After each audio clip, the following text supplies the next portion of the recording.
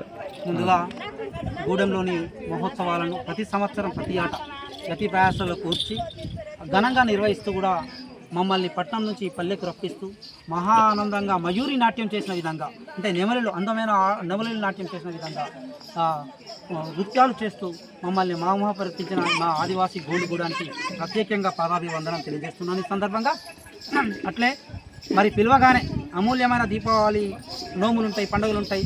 ఇంకా బెంగళూరు నుంచి వాళ్ళ అల్లుడు బిడ్డ కూడా ఉండగా కూడా మనకు వదిలేసిన ఆదివాసీ గూడెం, ఆదివాసీలు అంటే వారికి ఆత్మీయమైన ప్రమాణమైన ప్రాణమని భావించి కూడా వారు రావడం జరిగింది. మరి మోహన్జీ గారికి కూడా ఈ సందర్భంగా మా ఆదివాసీ గూడెం పక్షాన ధన్యవాదాలు తెలియజేస్తున్నాను. ఎవరైనా కానీ ఒక ఇటుక పెళ్లి చేయడానికి దానం చేయడానికి కూడా చాలామంది కింద మీద ఆలోచిస్తారు. ఇవాళ సిమెంట్ అయితేంది, ఉసుక అయితేనే ఏమైతుంది. ఈ గూడెంలో ప్రతి ఒక్కడు హిందూగానే బతకాలి, హిందూగానే గర్జించాలి, ఆదివాసీ సాంప్రదాయాలను ఆచారాలను అద్భుతంగా ఉన్నత స్థాయికి తీసుకెళ్లాలని దానికోసం ఈ ఊరికి ఒక హనుమంతుని గుడి కట్టిస్తా అన్న మోహన్జీ గారికి ఈ సందర్భం కూడా గూడెం తరఫున ధన్యవాదాలు తెలియజేస్తున్నాను. అమూల్యమైన సమయాన్ని కేటాయించి విచ్చేసిన మీడియాకు, మిత్రులకు, మేడం గారికి, ఇంకా చిరుదీవేలు వెలిగించే చిరునవ్వులు వెలిగించే చిన్నపిల్లలకు అందరికీ కూడా ఈ సందర్భంగా నేను ఆదివాసీ గుసాడి మహోత్సవం ఉద్యమ వందనాలు తెలియజేస్తూ మరి ఇలాంటి కార్యక్రమాలు ప్రతి సంవత్సరం నిర్వహించడం జరుగుతుంది. ఈ ఊరికి ఒక గొప్ప చరిత్ర ఉంది. చరిత్రలకే చరిత్ర సృష్టించిన ఊరు చిన్న కోల్వాయ్. మొట్టమొదటిసారి ఆదివాసీ సాంప్రదాయాల్ని ఉన్నత స్థాయికి తీసుకెళ్లిన గూడెం చిన్న కోల్వాయ్. ఈ జిల్లా గుండెల్లో కూడా గూడు కట్టుకున్న గూడెం చిన్న కోల్వాయ్ ప్రతి ఒక్కడికి తెలుసు.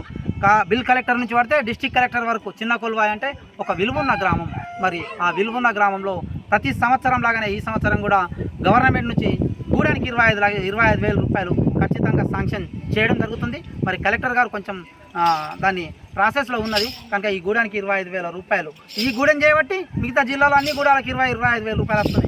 ఏ ఒక్కరు కూడా లీడర్గా వస్తూ చెప్తుంటారు పదాలు, కానీ ఎవ్వరు కూడా పక్కకు అంటారు బరాబరి ఇట్లా చేస్తుంటారు తప్ప ఇక్కడికి తెచ్చి ఇచ్చేటోడు మాత్రం లేడు. కనుక ఈ ఊరికి మాత్రం ఈ 25,000 కూడా రేపు ఎల్లుండో శాంక్షన్ వస్తున్నాయి.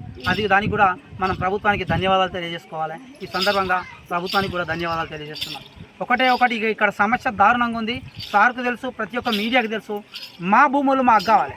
ఎన్నో ఏళ్ళ నుంచి కొట్లాడుతున్నాం. పక్కూరోడు వచ్చి మమ్మల్ని బతిమిలాడుతుండు గడ్డం పట్టుకొని మాకిమ్మని. కానీ మా భూములు పట్టాలు చేసే కార్యక్రమంలో ఆ ప్రక్రియ ఆగిపోయింది కనుక దాన్ని వెంటనే కొనసాగించాలని ఈ సందర్భంగా విన్నవిస్తూ ఈ కార్యక్రమానికి ముఖ్య అతిథిగా విచ్చేసిన మోహన్జీ గారిని 2 ముచ్చట్లు మాట్లాడవలసిందిగా కోరుచు. మనం అందరం దీపావళి పవిత్రమైన